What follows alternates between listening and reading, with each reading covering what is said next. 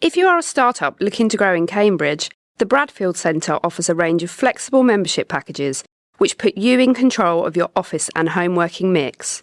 There's a vibrant, collaborative atmosphere, on-site cafe, plenty of green outside space, and regular member social events. For more information, visit bradfieldcentre.com or call 01223 919 600. Welcome to the Cambridge Tech Podcast, talking all things technology from the heart of the UK's tech capital.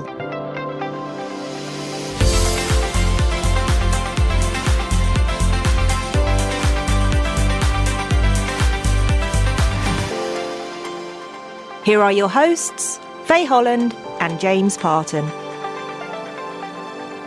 Hi, I'm James.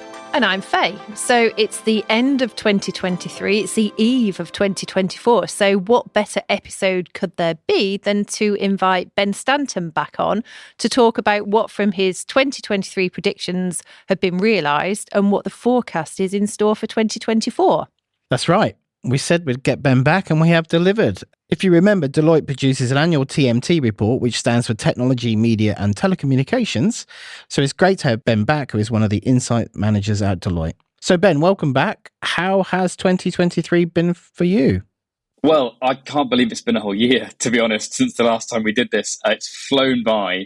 We've been completely sideswiped by this theme of generative AI. I think everyone in the industry has been completely upended by it.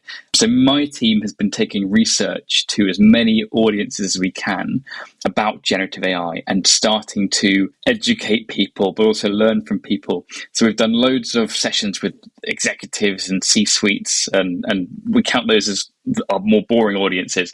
But we've also done lots of sessions with a more diverse range of people. So like specifically in the last couple of months, it's been HR teams have been asking us about this, government departments as well. We did a big evening session over drinks for executive assistants, so people that feel threatened by these tools. We got their opinions too. And actually this week we did a session for 18 and 19-year-old aspiring lawyers. So actually it was the latter groups that were asking the clever questions. And actually what we found is the executives, the ones on the big salaries, asking some of the sillier questions. I guess that doesn't surprise us. And as you say, you know, that AI has dominated the media landscape. And we were saying on our Christmas episode, we on the podcast have done 20 episodes focused on AI this year. So yeah, that certainly chimes with what we're seeing. So Ben, I know we're going to come on to generative AI as one of the main predictions for this year, but let's look back at 2023 first of all. So you came on, you gave us a lot of predictions. What were the hits? What were the misses? Good question. So we present predictions to our clients all the way through the year. And throughout 2023, it starts to convert from a prediction to like a post-mortem. So we're in the post-mortem phase. We had one on virtual reality, where we said virtual reality was going to generate about $7 billion of revenue. It's probably not been quite as strong as we thought. Some of the industry analyst predictions on the number of headsets sold were revised down. So kind of our revenue number based on that came down a bit as well. And for what we've seen is kind of for consumers, actually, those that really like VR probably already have a headset. And in enterprises, one of the biggest challenges they have adopting virtual reality headsets is a lack of trust that these products will be supported in the same way that a PC or a smartphone is. So they don't trust that the brands selling this stuff are going to continue to update it and give it security patches for the long term. So these things are difficult to unpick. That was definitely, I think, softer than we thought. In terms of hits, we had some stuff on LEO broadband satellites. So we said there'd be 1 million people subscribed to broadband services from satellite. That's definitely happened. I think we've still got some questions about the economics of that long term outside of the kind of sweet spots in rural America. But definitely that did happen. And also the other thing that we predicted, which did come to pass, was massive demand for semiconductors made out of gallium nitride and silicon carbide. So kind of the kind of things you see a lot in battery electric vehicles and also some consumer chargers as well. But demand for EVs really did drive that. So there are now some export controls around those materials, but I think it just goes to prove how strategically important gallium in particular is. So hits and misses. I'm really pleased with a couple of those hits that you've just mentioned. So at our quick episode a few weeks ago, we talked to TTP about satellite and technology at altitude. So that one really resonates. And also we have a company called Cambridge GaN Devices here in Cambridge, and we've featured them an awful lot on the news of late as well for what they're doing. So and EVs as well. I think, it's good because a lot of your hits we've covered quite heavily already on the podcast. And with the low Earth orbit satellite sector, how much of that is dominated by Starlink at the moment in terms of like percentage of the market share? I can't give you an exact percentage, but it's certainly the bigger player in the space, shall we say. We get lots of questions from emerging markets about this stuff. Like I said, we are not clear whether the economics work in some parts of the world. It really works. We have a concentration of wealth in very rural areas, and that tends to be a very American thing.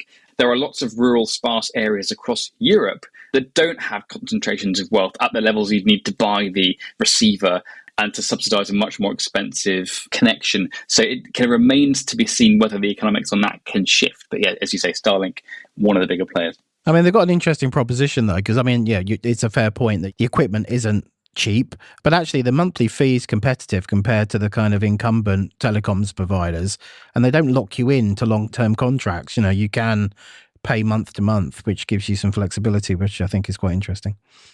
So, I mean, I think that's the look back on last year. Let's turn the page to 2024. So, Ben, why don't you walk us through the main categories for the predictions for this coming year? Sure, this is always an ordeal because we always seem to find a way to write more predictions. So this year we have the largest and most diverse group of authors we've ever had, but also the downside of that is we have 19 separate chapters. So we have them categorized into 4 buckets, and those buckets are generative AI, surprise, surprise, sustainability, media, entertainment and sport, and telecom and technology. So they're the 4 buckets. So inside of generative AI's bucket, we have 4. The first is about enterprise software, which is also building a generative AI upsell. So we think that the top 50 software companies in the world are going to launch a Gen AI version of their tool, and that's going to drive $10 billion of run rate. The second is about generative AI chips. So the special chips you need, GPUs, to train and conduct generative AI services. We think there's going to be $50 billion in sales of those kind of chips in 2024. The third is about private data models. So if you're lucky as a company, you might have a really high value private proprietary data sets. So we think companies are going to explore using them to build their own large language models. And actually the total enterprise spend on Gen AI will be close to $21 billion. And then the fourth is all about regulation. So we have seen the final wording of what the EU AI Act should look like, and our prediction is that paves the way for other regulators. So that's the Gen AI bucket. The second bucket is sustainability. So we have 5 in this bucket, which I think proves how important climate and sustainability is becoming. So the first is on raw materials. It's about the fact that some regions may run out of gallium and possibly germanium by the end of 2024.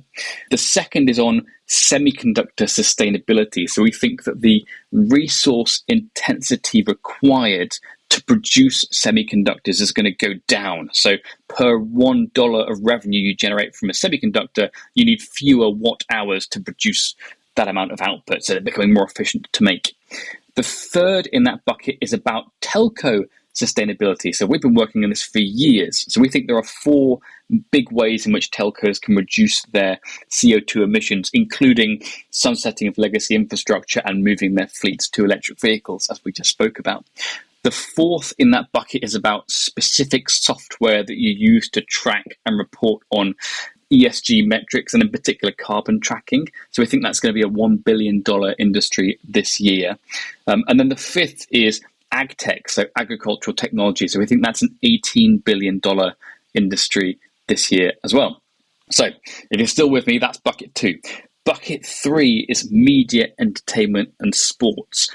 And in this we have 5 again. And the first one in media, entertainment, and sports is about women's elite sports. So this was one of our biggest hits of the year. You may have seen this in various news outlets. So we think the women's elite sports industry is going to create and generate $1 billion in revenues. It's a milestone year for professional women's sports.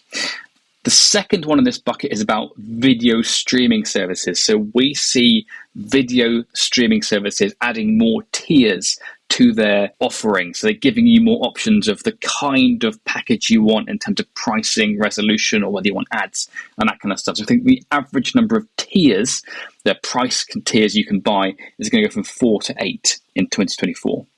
The third in that bucket is about games and movie studios coming together. So this is a continuation of one of our predictions from last year.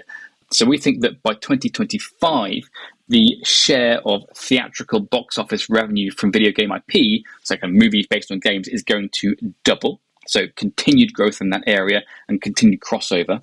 The fourth is about the audio entertainment industry, so music and podcasts and radio. We foresee strength there, and that's a really deep study that goes into how many people have music streaming services and how many people have kind of listen to radio every month.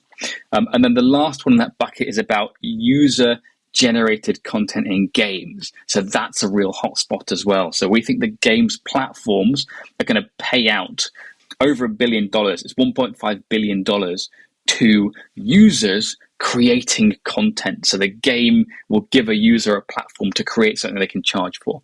So that is media, entertainment, and sports. The last bucket that we have for predictions is telecom and tech. So in here, the first one is on smartphone authentication.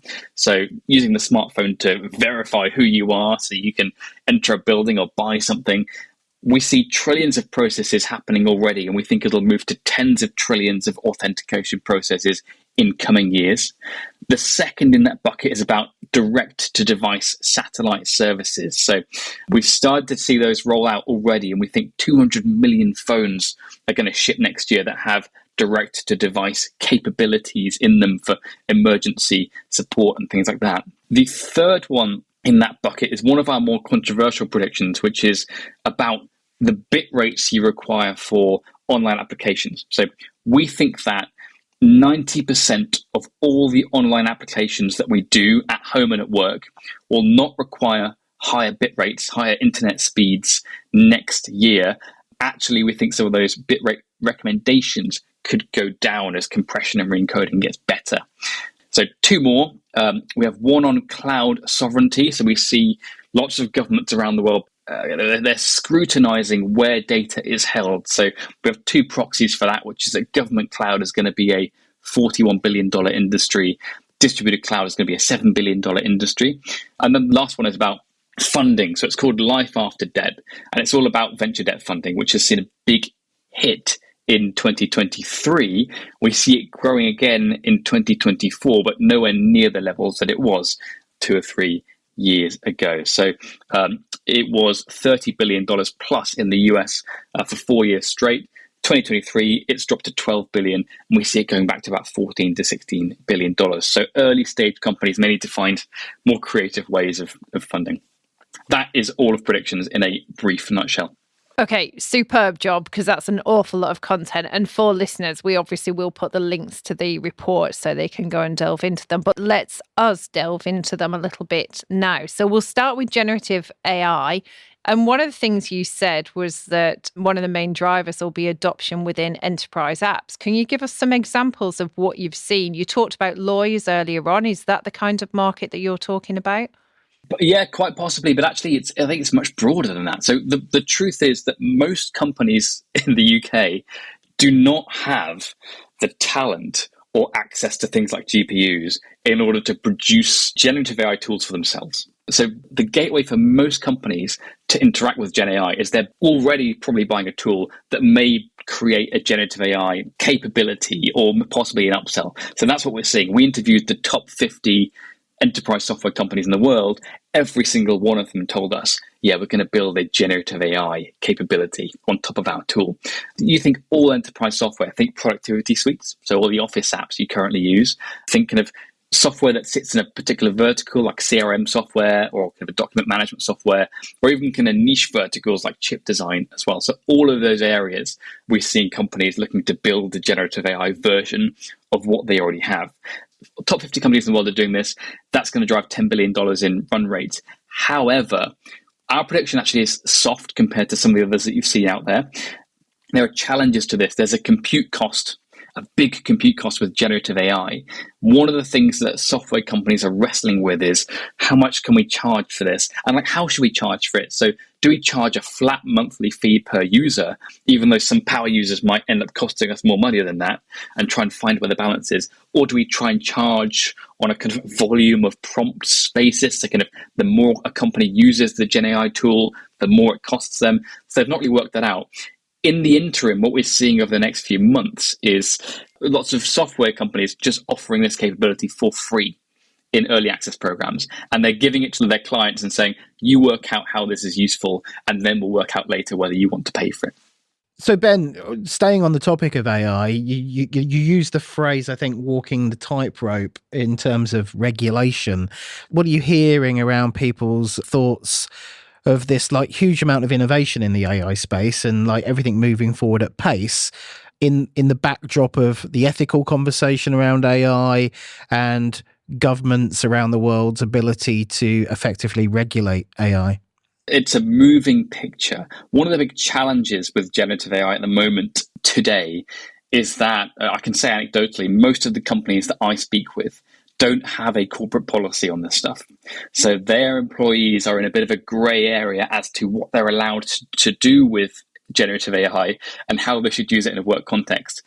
On top of that, when we survey people in the UK, a huge number of people are ignorant to the fact that these tools can be biased, that these tools can, hallucinate and make mistakes. So what we measure at the moment in the UK is it's about 4 million people using these tools at work, and a big chunk of them not aware of the bias and hallucination challenges they have.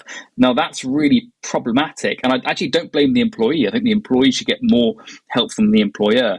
But this is where a lot of the regulatory pressure comes from, because regulators want to ensure that there is kind of adequate safeguards in place in terms of mitigating bias. So what the EU is focused on is things like bias, but also control in the process. So kind of making sure that foundation models are registered properly, making sure government or some sort of authority has access for kind of testing before launch, a bit of stuff on transparency as well. So making sure that those companies training a foundation model are kind of able to convey what data sources they have and they've trained the model on. So lots of things baked in, but it's still very early. The EU AI Act, while the wording is finalised, doesn't come into force for 2 years.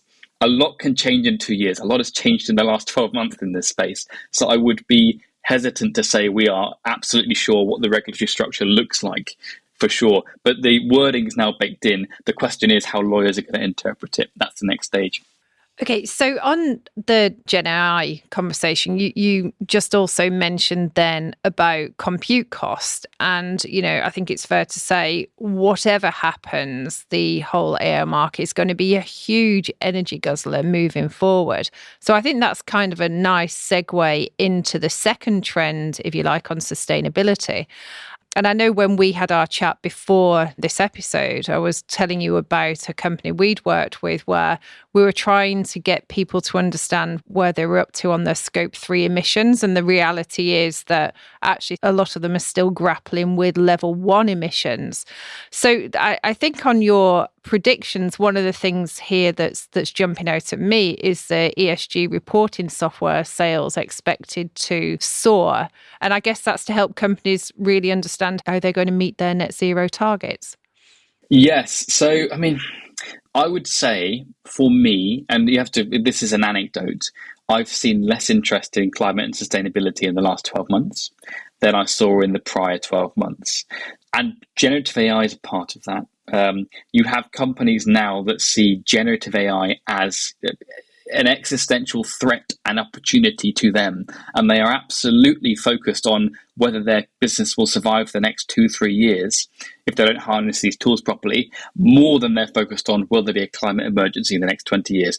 And that's what happens in the private sector, which is okay to some extent. But this is the reason why you need really strong regulation on this stuff. So we are seeing companies have to adopt ESG reporting tools and things like that because the regulation is strong and is coming into place. So if you look specifically in the EU, you have the CSRD, which is going to force 50,000 companies to report on these metrics in 2025, but the data they gather for that reporting is 2024. So you're seeing a lot of investment now in specific tools to help companies track and measure things like emissions and other metrics of ESG. So that's been important for a while. It's been important for talent. It's been important for M&A and investment conversations, but it's now a regulatory requirement, which I think is a real step in the right direction. So we're seeing a lot of growth in that space. It's a bit of a crowded market, actually, but we think it's $1 billion market next year, that market for specific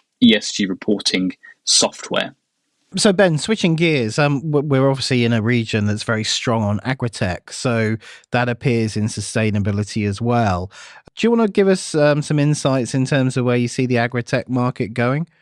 Yeah, so we're seeing growth, and it's not in the UK, yes, and in lots of parts of the world, there are technologies which are really helping to solve challenges in agriculture. And agriculture is one of those, it links to sustainability very well because it is 20% of global emissions for CO2 and CO2 equivalent. And technology has to be at the heart of the solution to that. So the reasons why ag tech is becoming more important is because there are lots of things exacerbating. You have wars in parts of the world that supply certain kind of crops, which are very important. You have the number of people dealing with food insecurity around the world increasing, so it's now 345 million people measured to be dealing with food insecurity, which is 2.5 times more than we had in pre-pandemic levels. And then you have all kinds of other things, water and energy shortages, the cost of things like fertilizer going up. So the need to become more efficient financially as well as for the planet is really, really important. In the prediction, we point to two areas, really. We point to the planning phase of growing crops. So you think about technologies like infrared mapping, drone-mounted cameras, some AI-enabled autonomous machinery.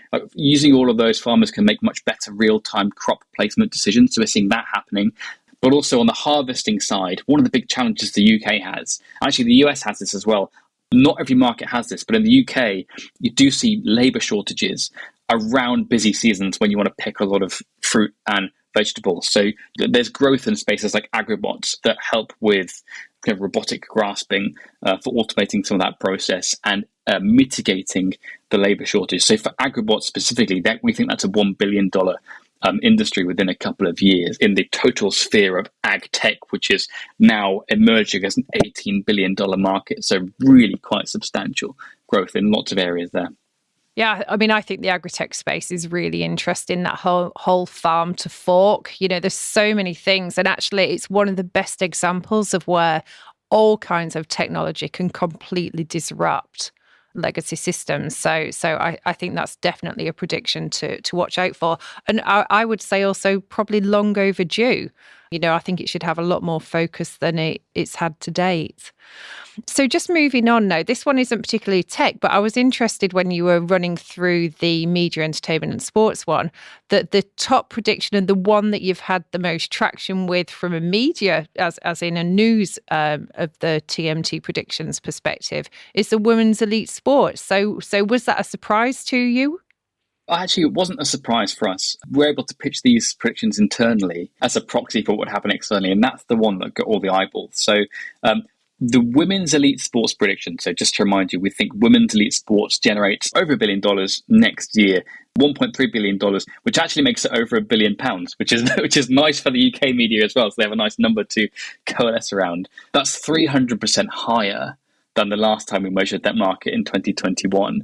But we're presenting it to all kinds of companies. And the reason is because we think it's quite a good, lucrative investment opportunity for some firms. So you may find firms in the tech and telecom space that are looking at women's elite sports thinking, these are brilliant brands, athletes, profiles to ally with.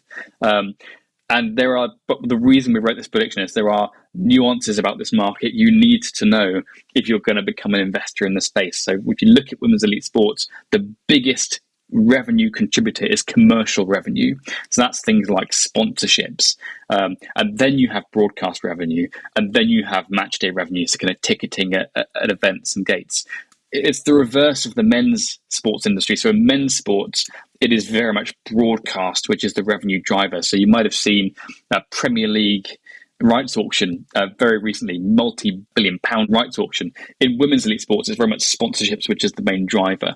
We're seeing kind of really quite promising returns, monetary returns and brand returns for companies that are willing to invest in that space. So it's one of the biggest predictions, actually. It's about 4,000 words, but if you have time for it, I really recommend it. There's loads of stuff in there about how to develop the women's game, how to develop pipelines for better professionalization, better talent, raising the profile of female athletes, and crucially, like for young females in sports today, we really want to start to carve out career pathways for them. So there's actually a brilliant write-up of one of the Spanish footballers at the moment in the news you can read about Aitana Bonmati. She, when she started playing football, was in a team or a club with 400 boys and one girl. And so that's the kind of lack of inclusivity she had to overcome. Girls today are in a much better state than that, but we can certainly create career pathways for women, because this is now an industry which can support many, many more careers than it used to be able to. So I've been chomping at the bit to move the conversation onto gaming since we started, but so you'll have to keep me to time here, Faye. I mean, it feels like the industry's got back on track after a very rough 2022 coming out the back of the pandemic. We're still seeing some consolidation with a lot of independent studios being acquired. I think we spoke about the Activision Blizzard deal with Microsoft in last year's conversation, but it only actually was finalized in October this year. That was obviously the headline grabber. That was $68 billion, I believe, which brings the likes of Call of Duty into the Microsoft universe. What are you seeing in gaming? There's lots to talk about here. Yeah, loads of stuff. So with two predictions that really touch on gaming. So the first one was that one, if you remember, about the IP crossover, movies to games, games to movies. So there's just no shortage of examples of this now.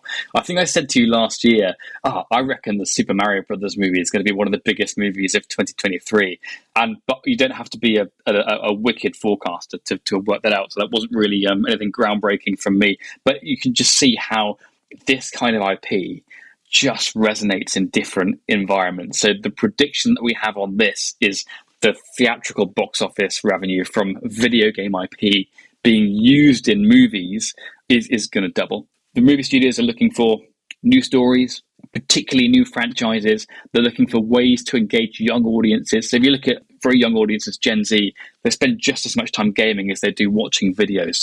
And they like to be able to follow characters and follow stories between spaces. So engaging that group is a really, really important and hard thing to do. They want to watch a movie and then go home, step into the screen and become the main character. So we're seeing loads of movements in that space, but also kind of movie IP that transitions the other way and moves into the realm of gaming. So whether it is Avatar or whether it is a Hogwarts Legacy type experience. So there's a lot of transition there. One of our predictions last year was also about virtual production. So one of the benefits of this, or the efficiencies of this, is you see some of the production tools used in creating virtual content in games is also the same as now used in movies as well. So there's transition of assets that can happen more easily as well. So lots of important opportunities for partnerships there, because movie studios are looking for great franchises and games have it. Yeah, that's really good news for Cambridge, with obviously a very strong game development cluster here with the likes of Frontier, Jagex, Ninja Theory, just to name a few. That's really good. So thanks for that, Ben. We're now going to move on to the last category. And you opened this one talking about smartphone authentication and the ability for an app to verify exactly who you are and really increase that level of authentication. Do you want to just talk us through a little bit more on that? Sure. Yeah, we get questions all the time about what does the future of the smartphone look like? And to be fair, smartphones have not iterated that much in the last few years. And a lot of the greatest innovations have been with the semiconductor or the cameras, the things that are kind of under the hood. They don't look that different. So this is really a mashup of two themes, which is what's the future of the smartphone and what's the next evolution in cybersecurity and physical security. So we see smartphones already used all the time for the process of authentication. So we're saying it already happens trillions of times per year. A lot of that you'll be familiar with, things like two-factor authentication, where you get a text to verify who you are when you're trying to get onto a website, things like that. The challenge with that is the network costs of things like two-factor authentication, because of the volume of texts that get sent out, are huge. So it's about $26 billion in terms of network revenues are generated from two-factor authentication. So the challenge is, in the future, we'll need to do a lot more authentication on our smartphones. And the challenge for the industry is, how do you bring that cost down? And the way in which you do that is by using the smartphone and using other techniques. But we really look at the smartphone as a Goldilocks device, and it's already cannibalized MP3 players and alarm clocks and GPS navigation.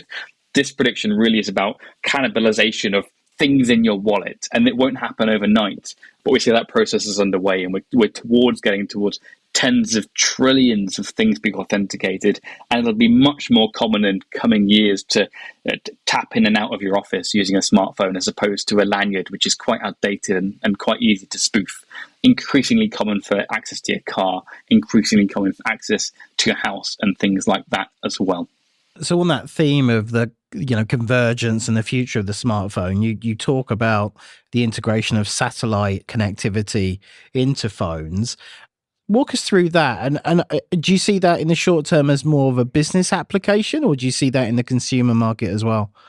Yes, we have a prediction on kind of direct-to-device communication. So if you have a newer phone, you might have already seen the notification on top. And if you've had to use it, I'm very sorry. Hopefully you haven't had to. But you can send on the newer phones that exist a set of preset emergency messages, even if you don't have cellular coverage. So if you're at the top of a mountain or somewhere you'd never find me, you can still get in contact and send emergency messages. So we're seeing a growing ecosystem of companies kind of coalescing to support that, to provide that kind of uninterrupted mobile coverage for specific small bitrate applications anywhere on Earth. So the prediction is, we think 200 million phones are going to ship in 2024 that have that direct-to-device satellite capability. And then if you add the amount of money it takes to kind of bolster that with satellite construction and launches, it's probably about $3 billion of investment needed to establish that market. But still in quite early stages, if I'm honest. There's still economic hurdles, tech hurdles, regulatory hurdles. But the benefits of this are quite obvious. So it's improving consumer safety. You also, with these kind of services, have the potential for lots of IoT applications and could link to some of the ag tech stuff I mentioned earlier. But more than anything, it's almost like a kind of improving the resilience overall for telecoms infrastructure. So we do see growing interest in these kind of applications for the commercial players. I'm not yet sure that consumers have shown massive appetite for this, but we'll see. Yeah, absolutely. Okay, and then I think the final one that we want to just drill into, I mean, especially when you think about who we talk to on a weekly basis, we're talking to startup founders and we're talking to investors. So let's look at your predictions around venture debt funding. Sounds like you're positive about it growing next year. Yeah, it's positive. Well, it's positive compared to 2023, shall we say? But our point is the market's changed. I think if you look at some of the big bank failures, it's clear that the market is not the same as it was. But if you think about kind of funding at a foundational level, you have 50,000 VC-backed companies in the US alone. Many of those are unprofitable, burning cash. And over the last 4 or 5 years, venture debt's been a really attractive way to finance your expansion without diluting equity. So like I said before, venture debt was $30 billion plus in the US for 4 years straight. A lot of these trends are they extrapolate globally. That dropped down to $12 billion in 2023. So that's a market departure. And it's partly caused by the failure of Silicon Valley Bank, but not exclusively. It's kind of the general economic landscape where you have rising interest rates, M&A, IPO slowdown, various other economic factors all matters too. But for next year, as some of this starts to settle, we think that venture debt will creep back up to $14 to $16 billion in the US. But going forward, the permanent picture is there are things that have happened that will not go back to the way they were. So venture debt deals have changed. They're going to become smaller. They're carrying higher rates. They're going to be more difficult to obtain. So for your early stage tech companies, if you normally prefer to borrow money, you might have to make some different moves, and it could be kind of reconsidering sacrificing a bit more equity or looking at grants and buyouts and things of that nature. And then the other thing that early stage tech companies have to think about, or at least keep a careful eye on, is cash flow. So thinking about medium and long term, not being able to count on lower rates of interest for venture debt going forward. So it's a different landscape, but the companies that can ride this out we think they'll be really competitively positioned as things recover. So, Ben, my last question for you is going to put you on the spot. So there are 4 categories in this year's predictions, 19 predictions. I would like to know which one you are personally going to back as your prediction of choice for 2024. I think, so there's one I referenced at the start on telecoms sustainability, where I said, we'll see sunsetting of legacy infrastructure and other things that will make telecoms more sustainable. But what that speaks to actually is cost reduction. And I think my big theme of 2024 is going to be cost reduction. So in telecoms, it'll be OpEx and looking at legacy infrastructure. In tech, it'll be cloud and things like FinOps. So can you kind of re-architect the way your compute is structured so you save money? And in the media industry, it'll be things like kind of content spend. So are we going to see extortionate budgets for new TV shows? A lot of that is kind of under question now. So the thing that unites T, M, and T, I think, in the coming year will be cost reduction in terms of efficiency gains. And actually, that will be the way to improve your bottom line. So I think that's what we'll see. And there'll be other themes that bubble up that we haven't covered. Things like fixed wireless access. I think we're going to have lots of conversation about fixed wireless access. 6G, we'll probably start to have early conversations about how necessary 6G is and what the timescale for 6G looks like. But yeah, I'd go back to that telecom sustainability prediction because that's the one that really talks to cost reduction. So if I'm hedging my bets, I'm hedging them on that. Well, we got through it, Ben. Congratulations. There's a lot to go through there in terms of content. And we certainly know from looking at our data that your episode last year was a very popular one and actually has generated downloads through the entire year. So we thank you for taking the time and coming on again and being assessed on your accuracy of last year, but then also looking ahead to 2024. Well, absolute pleasure. Predictions aren't always correct. Today, this is what we think is going to happen. And if we come back next year, we'll do a post-mortem again and we'll see what was right and what was wrong. Brilliant. Thanks, Ben. So that's the end of today's episode. Thanks, everyone, for being with us in 2023. And we wish you all the best for 2024. Yeah, Happy New Year.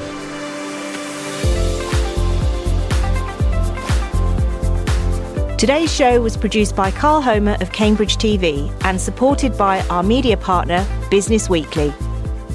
The Cambridge Tech Podcast is available on all major podcast platforms and on cambridgetechpodcast.com. If you've enjoyed this podcast, please give it a 5-star review. It will really help others discover the show.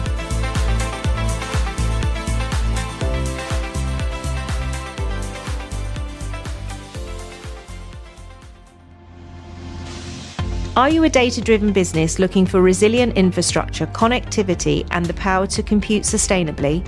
KO Data's scalable state-of-the-art facilities support the mission-critical workloads of life sciences, biotech, and AI startups in Cambridge. To find out how we can help host your compute, get in touch at kodata.com/contact.